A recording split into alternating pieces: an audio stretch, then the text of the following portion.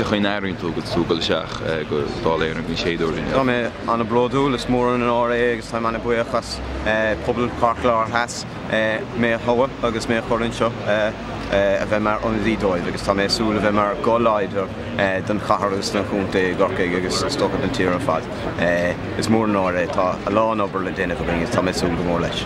Agus cin príomhar í bhhaile bhaint amach Dá Laoghaire. Tá mé is tócha tá an géar céim tííocht is ceams nó í hánig súsas ar na dóirse ar fud an chunta agus an chahar tá géar céim olbhórán tá dtíine faoi a lán brú agus is tócha an géar céim sin réiteach sin ceans na príomhrodíagus inistíocht in ar seirbhísí pobl ó thaobh cuaram leanaí ó thaobh sláinte í sin na príomhrodí a bheith míist agus is tócha fostíocht a crothú freisin.